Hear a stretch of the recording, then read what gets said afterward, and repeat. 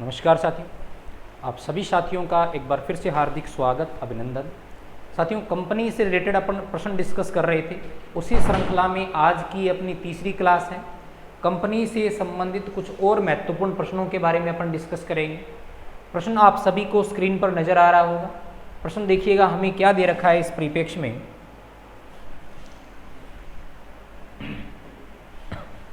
प्रश्न आपको नज़र आ रहा होगा कि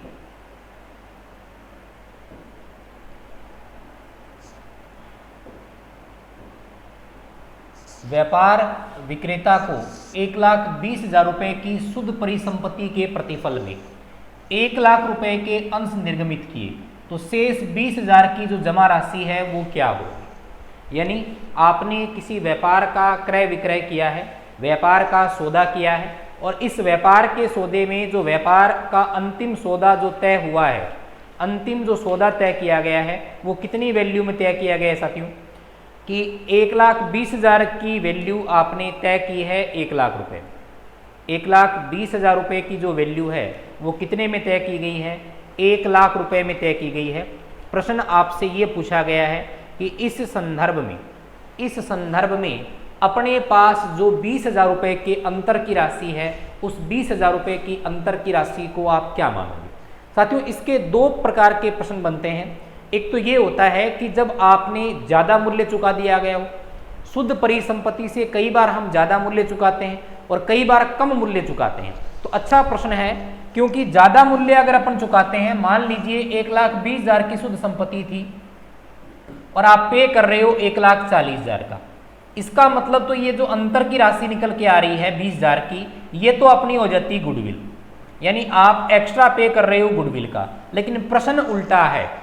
प्रश्न हमसे ये पूछने का प्रयास कर रहा है कि आपके नेट असेट्स तो बन रहे हैं 1,20 के, लेकिन आप पे करने को तैयार हो कितने रुपए के, 1 लाख रुपए के। तो जो अंतर की 20,000 की जो राशि है, उस अंतर की 20,000 की राशि को अपन क्या मानेंगे, हमारे लिए वो लाभ हो जाएगा और एक तरीके का पूंजीगत लाभ है, तो इसे अपन कैपिटल रिजर्व अकाउंट में ट्रांसफर करेंगे। ऑप्शन इसका सही हो जाएगा, ऑप्शन नंबर बी इस प्रश्न का राइट आंसर हो जाएगा।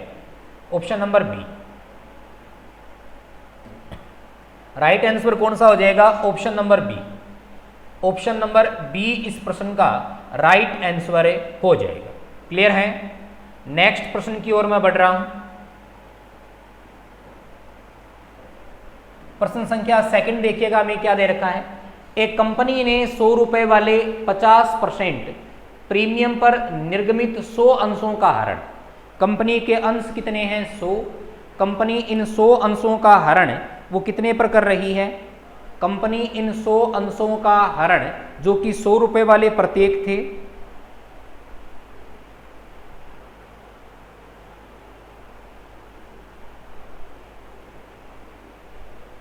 जो कि 100 रुपए वाले प्रत्येक थे, 50% प्रीमियम पर जारी किए गए थे। पूरी कहानी को अपन लिख रहे हैं अकॉर्डिंग टू स्टेप।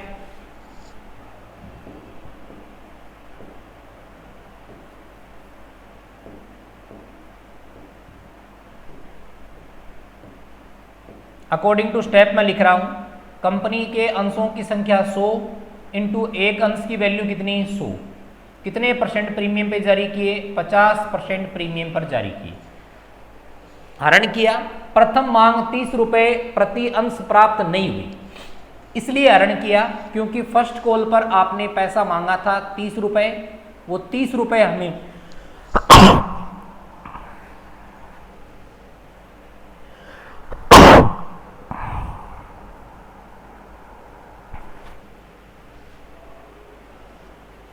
प्रथम मांग पर 30 रुपए मांगे गए और वो 30 रुपए प्राप्त नहीं हुए, इसके कारण इसका हरण हुआ। ध्यान रखिएगा, अंतिम मांग 20 रुपए की अभी तक मांगी नहीं गई। कहने का मतलब ये हो गया कि 100 रुपए का अगर मैं एक अंश मांगू तो 100 में से आपने अभी तक 80 मांग लिए, 20 रुपए अभी तक मांगे नहीं हैं, और 80 में से कितने नहीं चुकाए, फर्स्ट कॉल के 30 रुपए नहीं चुकाए हैं। दोबारा सुनिएगा, एक अंश की वैल्यू 100 रुपए थी, आपने 100 रुपए में से पब्लिक से 80 रुपए मांगे, 20 रुपए सेकंड कॉल के अभी तक मांगे नहीं हैं, 80 में से 30 रुपए जनता ने आपको क्या किए हैं, फर्स्ट कॉल के चुकाए नहीं है। तो लोगों ने चुका कितने दिए, पर शेयर 50 रुपए तो कैपिटल के चुका दिए, और मेरे पास प्रश्न में कहीं पर भी प्रीमियम का कोई जिक्र नहीं है। इसका मतलब मैं ये मान के चलूंगा कि प्रीमियम की राशि का भुगतान हमें हो गया है, हमें प्रीमियम की चर्चा पूरे प्रश्न में कहीं नहीं करनी है, बात रहेगी इस पर। अब आगे प्रश्न में मुझे क्या दे रखा है, इन अंशों को 70 रुपए प्रति अंश 80 रुपए पूर्ण प्रति अंश मानते हुए निर्गमित किया गया। यानी इन अंशों को आपने ये मान लिया, वापस रीइश्यू किया तो आपने ये माना कि एक अंश की वैल्यू 80 रुपए है, जिनको आपने 70 रुपए में जारी किया है, ठीक बात है। आपको प्रश्न ये पूछा गया है पूंजी संचय में ट्रांसफर की जाने वाली राशि कितनी हो जाएगी, कैपिटल रिजर्व में ट्रांसफर की जाने वाली राशि कितनी हो जाएगी। तो पहले तो मैं ये देखता हूं अंश हरण पर मेरे पास पैसा कितना आया है। साथियों अंश हरण करते हैं तो शेयर कैपिटल अपन डेबिट करते हैं। शेयर कैपिटल कितने से डेबिट होगी मुझे बताइएगा, जितने रुपए आपने प्रति अंश मांग लिए हैं। ध्यान रखिएगा 100 अंश थे, 100 अंशों पर आपने 80 रुपए मांग लिए, क्योंकि 20 नहीं मांगे थे, यानी आपने लोगों से रुपए मांग लिए 8,000 रुपए मांग लिए। अब महत्वपूर्ण बात यह है कि आपको मिला कितना, जितना मिला वो ट्रांसफर करेंगे किस खाते में, शेयर फॉरफीचर में। तो मैंने यहां आपको बताया था 80 रुपए में से 30 रुपए नहीं मिले, 50 मिल गए, 50 इंटू कितना करेंगे 100, यानी शेयर फॉरफीचर के खाते को मैं जमा करूंगा, शेयर फॉरफीचर में राशि जमा हो जाएगी, वो कितने रुपए की, मैं यहां लिख रहा हूं शेयर फॉरफीचर, शेयर फॉरफीचर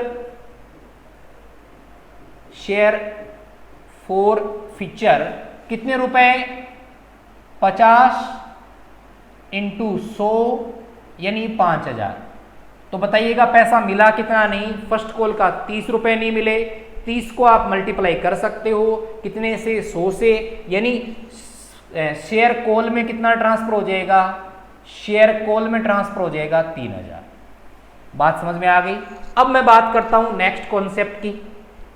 आपने इन सभी अंशों को जारी कर दिया, प्रत्येक अंश को 80 रुपए का मानते हुए 70 में जारी कर दिया, यानी हमने सूचना के अभाव में तो अपन ये मानेंगे कि प्रत्येक अंश की वैल्यू 100 रुपए की, लेकिन प्रश्न में इसने स्पष्ट कर दिया, इसलिए मैं ये मान के चलूंगा कि प्रत्येक अंश की वैल्यू 80 रुपए की है। आपने 70 में जारी किया, तो बताओ बैंक में पैसा कितना आएगा, 70 में जारी किया, इसका मतलब बैंक में जो राशि हमें वसूल होगी, बैंक में जो राशि प्राप्त होगी, उसके लिए आप एंट्री करोगे बैंक अकाउंट डेबिट। पैसा कितना है आपके पास, 70 गुणा कितने अंश जारी किए हैं आपने, सारे 100 अंश, 7,000 रुपए आ गए। जबकि कैपिटल कितने की बननी चाहिए थी, कैपिटल आपकी उतने की बन रही है जितनी पूर्ण प्रदत्त आप मान रहे हो। पूर्ण प्रदत्त प्रत्येक अंश को आप 80 रुपए के हिसाब से मान रहे हो, टू शेयर कैपिटल।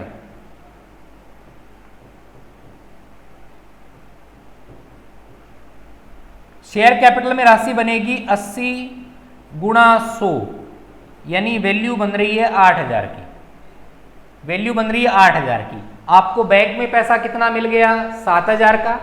इसका मतलब अंतर की जो राशि आ जाएगी वो किस खाते से चार्ज करोगे आप, शेयर फॉरफीचर से। बताओ शेयर फॉरफीचर में कितना बैलेंस पड़ा है, 5,000 का पड़ा है। आपने इशू किया तो 7 मिले, 1,000 की पूर्ति शेयर फॉरफीचर से कर देंगे, तो इसके साथ साथ कौन सा खाता डेबिट हो जाएगा, share forfeiture. Share forfeiture account debit 1,000 से, तो फाइनल एंट्री बन जाएगी bank account debit, share forfeiture account debit to share capital. लेकिन हमें प्रश्न में पूछा है कि अंश पूंजी संचय खाते में कितना ट्रांसफर करेंगे, कितना बैलेंस था 5 का, 5 में से कितना काम में ले लिया 1 का, बैलेंस कितना बचा 4,000 का, 4,000 अपन ट्रांसफर कर देंगे कैपिटल रिजर्व में। ऑप्शन नंबर 1 इस प्रश्न का सही उत्तर हो जाएगा। मेरे ख्याल से आपको जो बात बताना चाहता हूं वो बात आपको समझ में आ गई होगी कि शेयर कैपिटल में अपन राशि कैसे ट्रांसफर करते हैं, कितनी ट्रांसफर करते हैं, उस चीज का मूल्यांकन कैसे किया जाता है। क्लियर है। नेक्स्ट प्रश्न की ओर मैं बढ़ूंगा।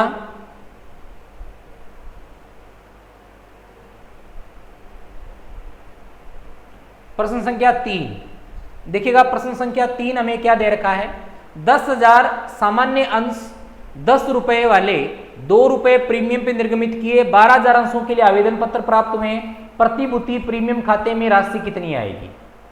प्रश्न आपसे पूछा गया है, आपने अंश जारी किए हैं कितने रुपए के, 10,000 अंश 10 रुपए वाले 2 रुपए प्रीमियम पर निर्गमित किए हैं, 12,000 अंशों पर आवेदन पत्र आपको प्राप्त हुए हैं। प्रश्न ये पूछा गया है, अंश प्रतिभूति प्रीमियम खाते में, प्रतिभूति प्रीमियम खाते में कितनी राशि जमा होगी।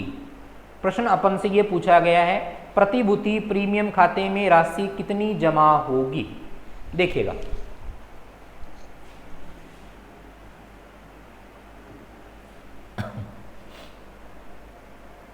आपके हिसाब से 10,000 अंशों पर 2 रुपए के हिसाब से प्रीमियम कितना होना चाहिए, 20,000, लेकिन आपके पास आवेदन 12,000 आए हैं, तो आपने अगर 2 रुपए के हिसाब से देखें तो प्रीमियम की राशि आ गई 24,000। लेकिन साथियों एक बात बताइएगा, हमेशा प्रीमियम के खाते में उतना ही पैसा ट्रांसफर है, उतना ही पैसा ट्रांसफर होता है जितनी राशि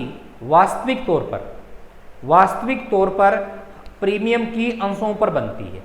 अंशों पर प्रीमियम की राशि वास्तविक तौर पर कितनी बनी, इस चीज को हमें समझना होगा कि 10,000 अंशों पर ही 2 रुपए के हिसाब से बन रहा है। ये एक्स्ट्रा जो 2,000 अंशों की आप बात कर रहे हो, जिन पर 2 रुपए के हिसाब से 4,000 का आपको एक्स्ट्रा प्रीमियम मिला है, ये तो अधीय विधान है, इसका या तो एडजस्टमेंट होगा या ये राशि क्या होगी, रिफंड होगी, बाकी ये प्रीमियम में शामिल कभी नहीं हो सकती। सही उत्तर हो जाएगा ऑप्शन नंबर 1, हमेशा प्रीमियम खाते में वही राशि जाएगी जो राशि आपकी बन रही है।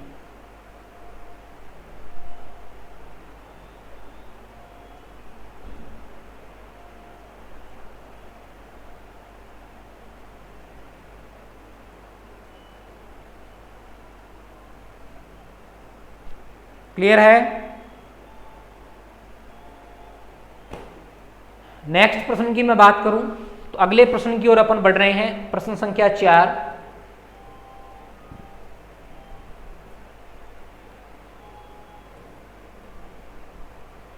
एक और अच्छा प्रश्न क्या दे रखा है, देखिएगा, आशा लिमिटेड ने 100 रुपए वाले अंश 15% प्रीमियम पर निर्गमित किए। 100 रुपए वाले अंश हैं, उनको 15% प्रीमियम पर निर्गमित किया है। ममता, जिसके पास 2,000 अंश थे, प्रथम एवं अंतिम मांग राशि 5 रुपए का भुगतान करने में असमर्थ रही। प्रीमियम की राशि आवंटन के साथ देय थी, ममता के अंशों को हरण कर लिया गया, अंश प्रीमियम खाते का डेबिट होगा। महत्वपूर्ण प्रश्न है, समझिएगा। प्रीमियम से संबंधित हरण पर बात की गई है, क्योंकि आज के प्रश्नों की जो सीरीज अपनी है वो मोस्टली हरण से रिलेटेड ही है। जब अपन अंशों का फोरफिक्चर करते हैं, उसके रिलेटेड क्या क्या कॉन्सेप्ट बनते हैं, उसी के बारे में अपन डिस्कस कर रहे हैं। तो देखिएगा, हरण से संबंधित अगर अपन बात करते हैं तो एक बात हमें ध्यान में रखनी होगी, प्रीमियम का लेखा उसी सूरत में किया जाएगा जब आपको प्रीमियम की राशि प्राप्त नहीं हो। ऐसे प्रश्न को करने के लिए बिना टाइम गवाए हुए हमें सीधा डिसीजन लेना है। प्रीमियम कितने रुपए का था, प्रीमियम 15% था साथियों। अच्छा, था किस पर, इस बंदे ने प्रथम एवं अंतिम मांग की राशि 5 रुपए का भुगतान नहीं किया, बाकी तो इसने भुगतान कर दिया। और प्रीमियम किसके साथ दे रखा है, इसने स्पष्ट कर रखा है प्रीमियम आवंटन के साथ था। इसका मतलब प्रीमियम का तो भुगतान हो गया। जब प्रीमियम का भुगतान हो गया है तो प्रीमियम को तो डेबिट करने का सवाल ही पैदा नहीं होता, यानी प्रीमियम के लिए कोई लेखा नहीं किया जाएगा। ऑप्शन डी इसका सही उत्तर हो जाएगा, शून्य राशि से इसको डेबिट किया जाएगा। एक और अच्छे प्रश्न की ओर अपन बढ़ रहे हैं। अंशधारकों द्वारा स्वैच्छिक रूप से निरस्त करने के लिए अंश लौटाने पर उसे क्या कहा जाएगा।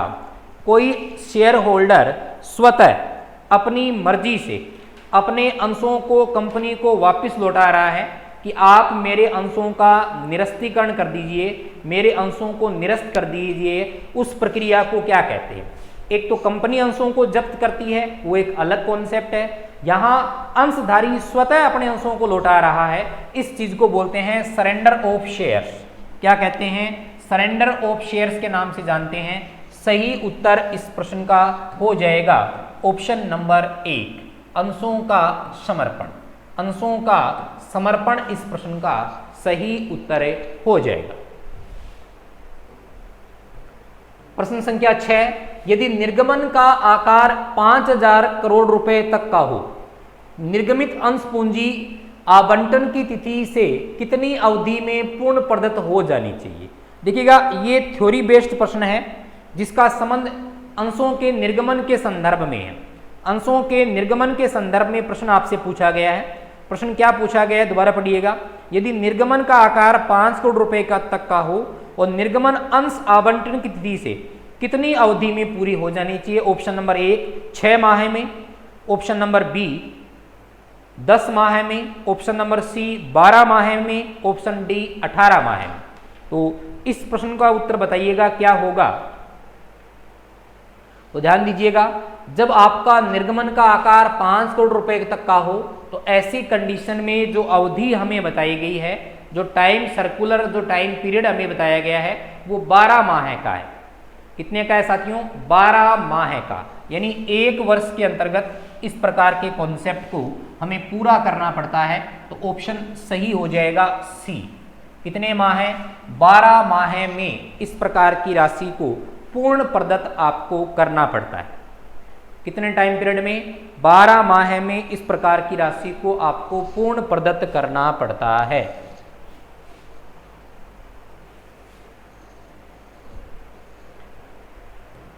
प्रश्न संख्या 7 अच्छा प्रश्न है, थ्योरिकल प्रश्न है, थ्योरी बेस्ड प्रश्न है। सेबी के द्वारा न्यूनतम अभिदान की राशि निर्गमन के समय क्या डिसाइड की गई है। यानी सेबी के द्वारा न्यूनतम अभिदान की राशि कितनी डिसाइड की गई है, प्रश्न ये पूछा गया है। तो न्यूनतम अभिदान का कॉन्सेप्ट सेबी ने कितना रखा है साथियों, जितने अंश कंपनी जारी कर रही है उस जारी किए गए अंशों का, उन जारी किए गए अंशों का कम से कम 90% अभिदान प्राप्त होना जरूरी है। और इसे ही सेबी ने क्या नाम दिया है, न्यूनतम अभिदान नाम दिया है। इसी चीज को सेबी ने क्या नाम दिया है साथियों, इसी को सेबी ने न्यूनतम अभिदान के नाम से कहा है।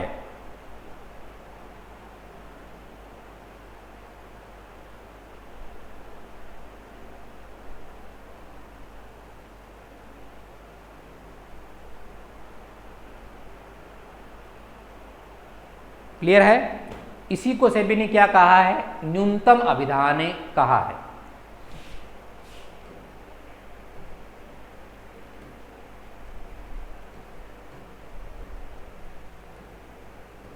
प्रश्न संख्या 8, एक मशीन 1,80,000 में खरीदी गई जिसका भुगतान 100 रुपये वाले, एक मशीन 1,80,000 रुपये में खरीदी गई जिसका भुगतान 100 रुपये वाले अंशों का 10% बट्टे पर निर्गमन करके किया गया। प्रतिफल स्वरूप निर्गमित किए गए अंशों की संख्या बताइएगा। हालांकि देखिएगा, ये प्रश्न बट्टे का कॉन्सेप्ट अपने सिलेबस में नहीं है, बट्टा वर्तमान समय में परिशिष्ट नहीं किया जाता, लेकिन इसी चीज को आप किस परिप्रेक्ष्य में देख सकते हो, ऋणपत्रों के परिप्रेक्ष्य में देख सकते हो। इस प्रश्न को आप ऋणपत्रों के परिप्रेक्ष्य में ले सकते हो, क्योंकि ऋणपत्रों का निर्गमन है वो बट्टे पर पॉसिबल है। मान लीजिए एक मशीन आपने 80 में खरीदी जिसका भुगतान 100 रुपये वाले 10% डिस्काउंट पर आप कर रहे हो, तो ऐसी कंडीशन में प्रतिफल स्वरूप कितने ऋणपत्रों का निर्गमन किया जाएगा, ये मान के अपन इस प्रश्न को कर लेते हैं। तो ध्यान रखना, शेयरों की कंडीशन में तो हमें पता है कि इसका निर्गमन बट्टे पर करना संभव नहीं है। किसे छोड़ करके, स्वेट इक्विटी शेयर्स को, स्वेट इक्विटी शेयर्स को छोड़ करके अंशों का निर्गमन है वो बट्टे पर पॉसिबल है नहीं है। तो देखते हैं इस चीज को। 1,80,000 का प्रतिफल है, सूत्र अपन क्या काम में लेते हैं, देय राशि या प्रतिफल, देय राशि या प्रतिफल, जो भी देय राशि या प्रतिफल है इसमें अपन भाग लगाते हैं निर्गमन मूल्य प्रति अंश।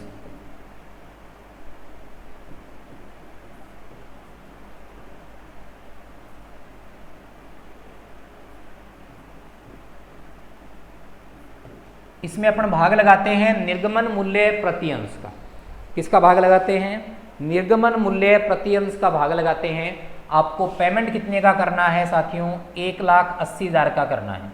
और 1,80,000 में 100 रुपये के अंश को आपने 10% बट्टे यानी 90 पर जारी किया। वैल्यू मेरे पास निकल के कितनी आ रही है, 2,000। अंशों की संख्या कितनी हो जाएगी, 2,000। सही उत्तर ऑप्शन नंबर बी हो जाएगा। यहाँ नहीं तो कम से कम अपने डिवेंचर में ये प्रश्न जरूर काम आने वाला है।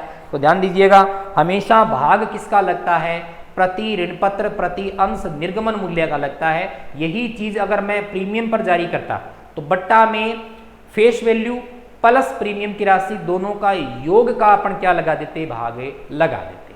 क्लियर। नेक्स्ट प्रश्न की ओर मैं बढ़ूंगा। प्रश्न संख्या 9 आपके सामने है। देखिएगा क्या दे रखा है, 10 रुपए वाले 1,000 अंशों का धारक है कौन, x। एक व्यक्ति x है जो 10 रुपए वाले 10,000 अंशों का धारक है, जिस पर 3 रुपए आवेदन के 3 रुपए आवंटन के भुगतान किए गए हैं। उसने 2 रुपए प्रथम याचना का भुगतान नहीं किया गया। प्रथम याचना के बाद उसके अंशों का हरण कर लिया गया। अंश पूंजी खाते डेबिट होगा। महत्वपूर्ण प्रश्न है। प्रश्न में पूछा क्या है उस बात पर गौर करना है, फिर अपन टाइम वेस्ट नहीं करेंगे। अंश पूंजी खाते में कितनी राशि डेबिट होगी, अंश पूंजी खाते में कितनी राशि डेबिट होती है, ध्यान रखिएगा। पहली बात, अंश पूंजी खाते में उतनी राशि डेबिट की जाएगी जितनी राशि आपने अंशों पर मांग ली है। मान लीजिएगा एक अंश की वैल्यू 10 रुपए है, अगर आपने शेयर होल्डर से 5 रुपए मांगे हैं तो 5 रुपए डेबिट होंगे। अगर आपने 10 रुपए के अंश पर 10 के 10 मांग लिए तो इसका मतलब कितने रुपए डेबिट हो जाएंगे, 10 के 10 रुपए डेबिट हो जाएंगे। प्रश्न की लैंग्वेज में पढ़ रहा हूं। 10 रुपए का एक अंश था जिस पर आपने 3 रुपए आवेदन पर, 3 रुपए किस पर, आवंटन पर भुगतान किया। 2 रुपए प्रथम मांग पर याचना के बाद उसके अंशों का हरण कर लिया गया, यानी उससे आपने रुपए मांगे 3 + 3 + 2, 6 और 2 8 रुपए ही मांगे हैं। फर्स्ट कॉल के बाद अंशों का हरण कर लिया गया, यानी 2 रुपए आपने इस पर मांगे नहीं हैं। तो जो नहीं मांगे हैं वो कभी भी शेयर कैपिटल का हिस्सा नहीं हो सकता, उसे आप डेबिट नहीं कर सकते। डेबिट वो ही होगा जिस राशि को आपने पहले क्रेडिट किया है। तो यहां ध्यान रखिएगा, वैल्यू डेबिट हो जाएगी। कितने अंश हैं साथियों, 10,000। 10,000 को मल्टीप्लाई मैं करता हूं कितने से, 8 से। तो वैल्यू देखिएगा कहीं उत्तर 80,000 आ रहा है क्या, आएगा क्यों नहीं। जब हमने तैयारी की है, हम लक्ष्य के प्रति एकाग्रचित होकर के तैयारी कर रहे हैं, लक्ष्य को हमें पाना है, तो उत्तर क्यों नहीं आएगा, बिल्कुल आएगा। ऑप्शन नंबर सी इस प्रश्न का सही उत्तर हो जाएगा। Option C is the correct answer. ध्यान रखिएगा, जो मैं बता रहा हूं मेरे ख्याल से वो बात आप उसी परिप्रेक्ष्य में समझ पा रहे होंगे। नेक्स्ट प्रश्न की ओर मैं बढ़ रहा हूं।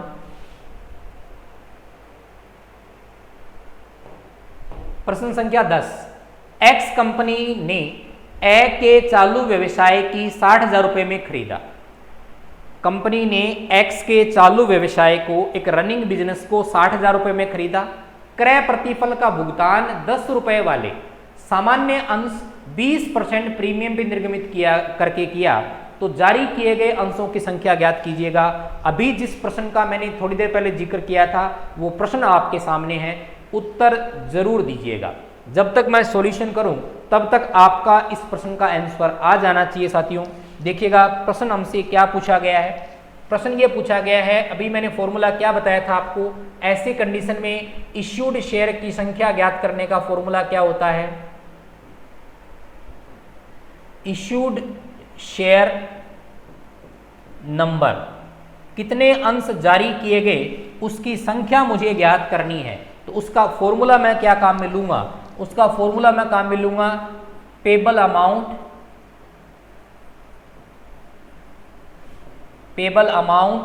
या इसको बोलते हैं परचेज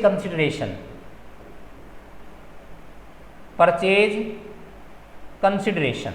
इसमें आप भाग किसका लगाओगे, पर शेयर इश्यू प्राइस, यानी प्रति अंश निर्गमन मूल्य का भाग लगाएंगे। बोलिएगा कितने का भुगतान करना है आपको, 60,000 का भुगतान करना है।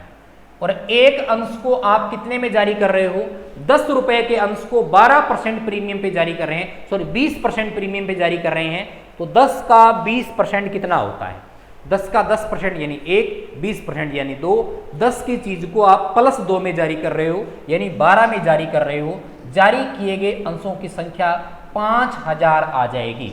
इश्यूड शेयर है उसके नंबर ऑफ शेयर कितने आएंगे, 5000।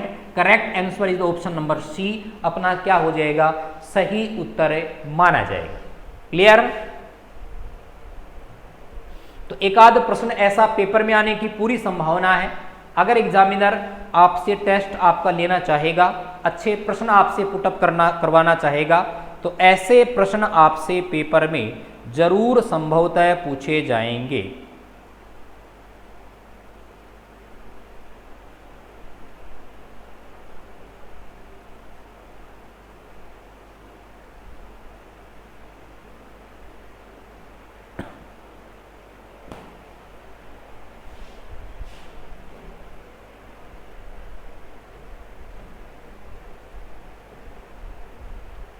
प्रश्न संख्या 11 देखो हमें क्या दे रखा है। एक कंपनी ने 100 रुपए वाले 200 अंशों को जब्त किया। कंपनी के द्वारा 100 रुपए वाले कितने अंशों को जब्त किया गया है, 200 अंशों को जब्त किया गया है। कंपनी ने 100 रुपए वाले, नंबर ऑफ शेयर कितने हैं, 200, ठीक है, जब्त किया, जिन पर 40% प्रति अंश प्राप्त हो गया था, यानी टोटल वैल्यू अपने पास आई साथियों 20,000। कितने की वैल्यू आई, 20,000 की। 20,000 का मैं कितना परसेंट करता हूं, 40% करता हूं। 40% का मतलब कितना होता है, 8,000। 8,000 की वैल्यू आपको प्राप्त हो गई है, इसका मतलब प्राप्त कितना नहीं हुआ, 12,000। कितना प्राप्त नहीं हुआ, 12,000, ठीक है। इन सभी जब्त अंशों के पुनर्निर्गमन पर न्यूनतम राशि प्राप्त करनी है। प्रश्न क्या है, इन सभी जब्त अंशों के पुनर्निर्गमन पर न्यूनतम राशि प्राप्त करनी होगी। कितनी न्यूनतम राशि आपको प्राप्त करनी हो सकती है, प्रश्न हमसे घुमा करके पूछने का प्रयास किया जा रहा है। अच्छा प्रश्न है ये। इस प्रश्न को यूं भी लिख सकता था, कैसे लिख सकता था कि आपके द्वारा जो अंश हैं जिनका आप री इश्यू कर रहे हो, उस री इश्यू पर अधिकतम बट्टा कितना दिया जा रहा है। लेकिन एग्जामिनर तो एग्जामिनर होगा, प्रश्न को हर तरीके से घुमा करके अपने सामने रखेगा, लेकिन हम तो हम हैं भाई, बिल्कुल इसका जवाब भी हम इसी कॉन्सेप्ट पर देंगे। इसने हमसे ये पूछा है कि न्यूनतम राशि कितनी प्राप्त हो सकती है, प्रश्न अपन से ये पूछा गया है, तो न्यूनतम राशि उतनी प्राप्त होगी जितना अधिकतम बट्टा हम काट सकते हैं। मैं आपसे ये पूछ रहा हूं कि आप जब री इश्यू कर रहे हो तो री इश्यू करते समय बट्टे की अधिकतम राशि कितनी हो सकती है। 100 रुपए के एक अंश को अधिकतम आप कितने न्यूनतम वैल्यू पर जारी कर सकते हो, यानी अधिकतम बट्टा कितना हो सकता है। दो कॉन्सेप्ट है। मान लो अधिकतम बट्टा मैंने बात कर ली, तो अधिकतम बट्टा मैं दूंगा तो न्यूनतम राशि मुझे प्राप्त होगी कि नहीं होगी। कंपनी के कितने अंश हैं साथियों, कंपनी के अंश हैं 200 और वैल्यू कितने की है, 20,000 की वैल्यू है। 20,000 में से आपको ऑलरेडी पहले से कितना प्राप्त हो चुका है, 8,000 की वैल्यू प्राप्त हो चुकी है। कितने की वैल्यू प्राप्त हो चुकी है, 8,000 की। यानी शेयर फॉरफिक्चर में जितना बैलेंस पड़ा है, अधिकतम बट्टा हमेशा उसके इक्वल होगा।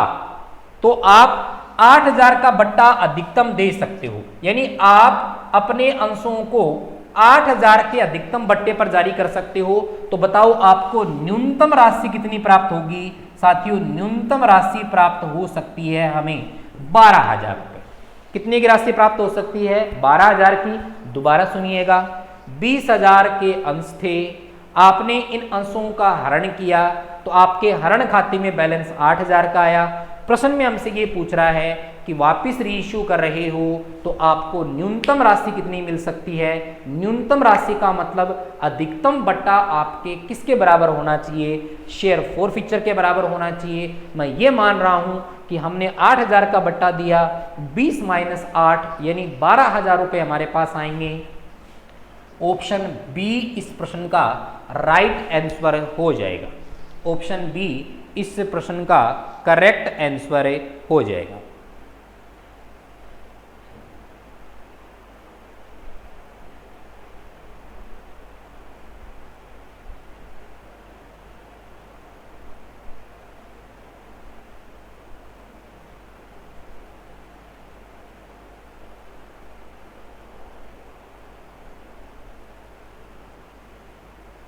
बोलिएगा बात समझ में आई कि नहीं आई? ऑप्शन बी इस प्रश्न का करेक्ट आंसर हो जाएगा। नेक्स्ट प्रश्न की ओर मैं बढ़ रहा हूं। प्रश्न संख्या 12 देखिएगा, हमें क्या दे रखा है। जब अंश जब्त किए जाते हैं, अंश पूंजी खाता डेबिट किया जाता है। जब अंशों को जब्त किया जाता है तो अंश पूंजी खाता किससे डेबिट किया जाता है? इस प्रश्न का उत्तर मैं आपको पीछे वाले प्रश्नों में दे चुका हूं। प्लीज कृपया करके इसका उत्तर बताइएगा, कौन से खाते को अपन डेबिट करते हैं। ऑप्शन नंबर 1, जब शेयर फॉरफीचर होता है तो कौन से खाते को डेबिट करते हैं? क्या प्रदत्त पूंजी पेड अप कैपिटल खाते को काम में लेते हैं? बिल्कुल नहीं लेते हैं। क्या मांगी गई पूंजी से, बकाया राशि से, ऐसे अंशों से जो कि अंकित मूल्य से हैं? ध्यान रखना, हमेशा शेयर फॉरफीचर जब अंशों का किया जाता है तो अंश शेयर कैपिटल खाते को उतनी राशि से डेबिट किया जाएगा जितना आपने अंशों पर मांग लिया है। तो ऑप्शन नंबर बी इस प्रश्न का सही उत्तर हो जाएगा। जितना आपने मांगा उतना ही आप डेबिट करोगे।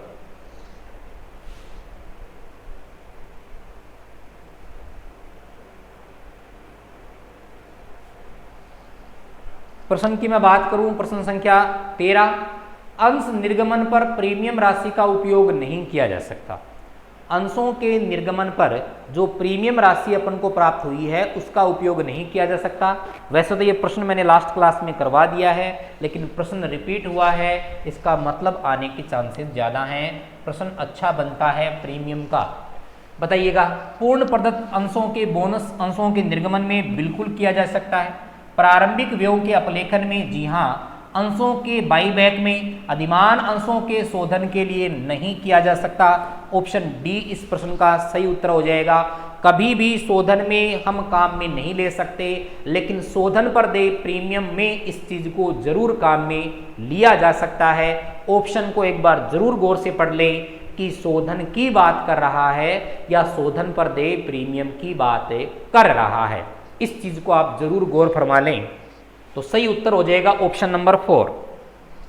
क्लियर? नेक्स्ट प्रश्न की मैं बात करूंगा। प्रश्न संख्या 14 हमें क्या दे रखा है, देखिएगा। प्रश्न संख्या 14 दे रखा है कि चिट्ठे के अंशों पर बकाया मांग राशि कहां दिखाई जाती है? बताओ, कॉल्स इन एरियर को कहां दर्शाया जाएगा? संपत्ति पक्ष में देनदारों के रूप में, दायित्व पक्ष में लेनदारों के रूप में, या मांगी गई पूंजी में से घटा करके, या मांगी गई पूंजी में जोड़ करके? तो ऑप्शन नंबर सी इसका सही उत्तर हो जाता है। इसे अपन कहाँ प्रदर्शित करेंगे? जो कोल्ड अप कैपिटल है उसमें से घटा करके प्रदर्शित इसको करेंगे।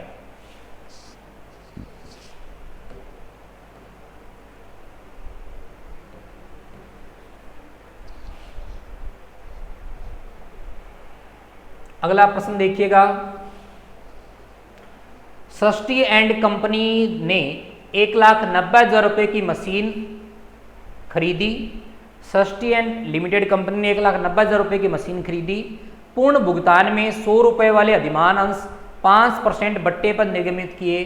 तो निर्गमित किए गए अंशों की संख्या सेम वही प्रश्न है। मेरे ख्याल से आपसे ये प्रश्न हो जाएगा, तो ध्यान रखिएगा।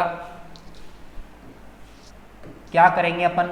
1,90,000 का मुझे भुगतान करना है और 100 रुपये वाले अंश 5% बट्टे पर जारी किए जा रहे हैं। यानी कितने पर जारी किए जा रहे हैं? 95 पर जारी किए जा रहे हैं। कितने पर जारी किए जा रहे हैं साथियों? 95 पर शेयर के हिसाब से इनको इशू किया जा रहा है। 95 रुपये के हिसाब से इनको जारी किया जा रहा है। तो सही उत्तर बताइएगा इसका क्या हो जाएगा? कितने अंश हैं वो जारी किए जाएंगे? तो 95 दुआ कितना होता है, 190 ही होता होगा, यानी 2000 उत्तर सही आ जाएगा option number B. Option number B इस प्रश्न का क्या हो जाएगा साथियों, सही उत्तर हो जाएगा। Correct answer is the option number B.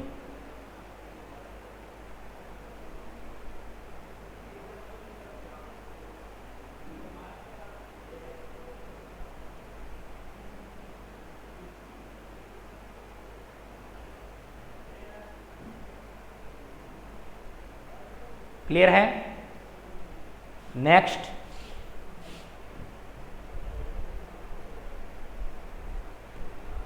प्रश्न संख्या 16, अधिकार अंशों को किसके संबंध में वरीयता अधिकार प्राप्त होता है।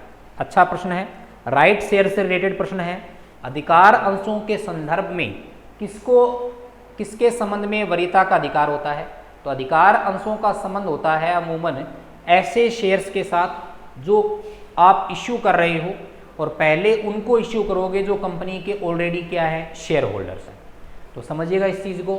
अधिकार अंशों की वरीयता के संबंध में पहला है प्रतिधारित लाभ का भुगतान करने में, दूसरा ऑप्शन है लाभांश का भुगतान करने में, तीसरा है कंपनी को बंद करने की स्थिति में पूंजी का पुनर्भुगतान करने की स्थिति में, और चौथा ऑप्शन है इनमें से कोई नहीं।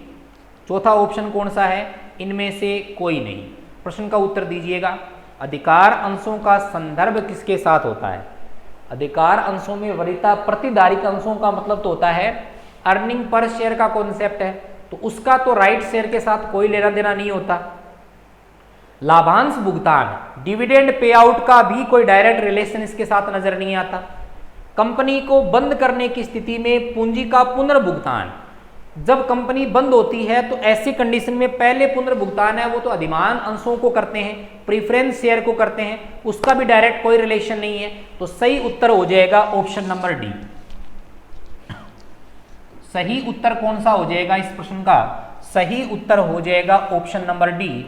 इनमें से किसी के साथ भी राइट शेयर का रिलेशन नहीं है। तो फिर राइट शेयर का रिलेशन किसके साथ है, जब भी कंपनी अपने किसी भी प्रकार के नए अंशों को निर्गमित करती है तो इनको खरीदने का पहले अधिकार उन शेयर होल्डर्स को देती है, उन व्यक्तियों को देती है जो कंपनी के ऑलरेडी शेयर होल्डर्स हैं। यानी पहले से मौजूद अंशधारकों को कंपनी के अंश खरीदने का जो अधिकार होता है उसे ही साथियों अपन क्या कहते हैं, अधिकार अंश के नाम से जानते हैं, राइट शेयर के नाम से जानते हैं।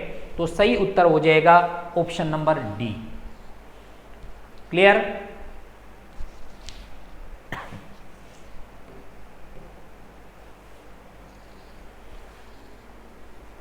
नेक्स्ट,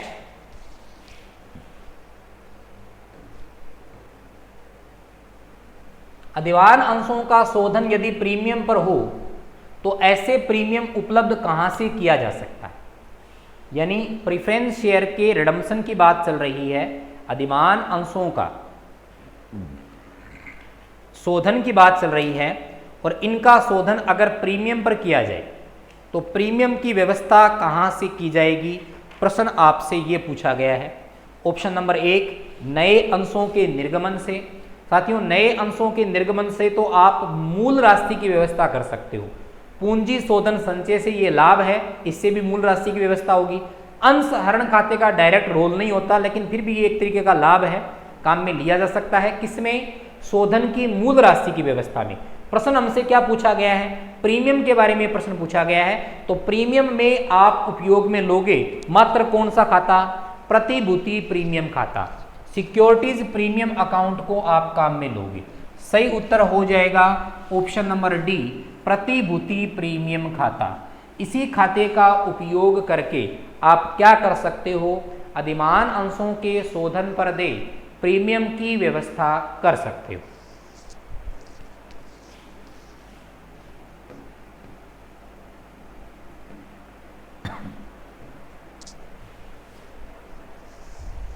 नेक्स्ट प्रश्न, अधिमान अंशों का शोधन यदि लाभों में से किया जाए तो वह लाभ निम्न में से कौन से हैं। यानी अधिमान अंशों के शोधन आप लाभों में से कर रहे हो, किस में से कर रहे हो, लाभों में से कर रहे हो, तो वो कौन से लाभ हैं जो इसके शोधन में काम में लिए जा सकते हैं। प्रश्न आपसे ये पूछा गया है वो कौन से लाभ हैं जो काम में लिए जा सकते हैं? पूंजी संचय, कैपिटल रिजर्व, सामान्य संचय, समामेलन से पूर्व का लाभ, प्रतिभूति प्रीमियम खाता। तो ध्यान रखिएगा, अधिमान अंशों के शोधन में आप नॉर्मल रिजर्व को काम में ले सकते हो। तो इस कॉन्सेप्ट में कौन सा सही उत्तर अपना हो जाएगा? सही उत्तर अपना निकल के आ रहा है ऑप्शन नंबर बी, सामान्य संचय का कॉन्सेप्ट है। सामान्य संचय से संबंधित ही ये अपना ऑप्शन रहेगा, ऑप्शन नंबर बी।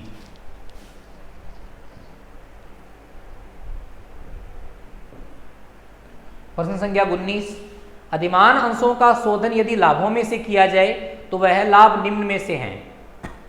ये सेम प्रश्न है, इसके बारे में अपन डिस्कस कर लिया अपने। अधिमान अंशों का शोधन यदि लाभों में से किया जाए, अधिमान अंशों का शोधन यदि लाभों में से किया जाए तो प्रश्न अपन से क्या पूछा गया है?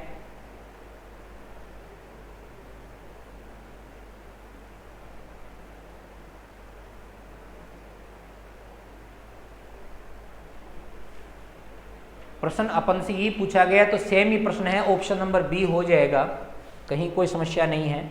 नेक्स्ट प्रश्न की ओर अपन बढ़ रहे हैं। पूंजी शोधन संचय का उपयोग किया जा सकता है। कैपिटल रिडम्पशन रिजर्व खाते का उपयोग कहाँ किया जा सकता है? प्रश्न अपन से ये पूछा गया है, पूंजी शोधन संचय खाते के उपयोग के बारे में है। तो पूंजी संचय शोधन खाते का उपयोग क्या शोधन पर प्रीमियम चुकाने में किया जा सकता है? क्या ऋणपत्र शोधन में किया जा सकता है? ख्याति को अपलिखित करने में किया जा सकता है? पूर्ण प्रदत्त बोनस अंशों के निर्गमन में किया जा सकता है? तो इसका सही उत्तर बताइएगा क्या होगा?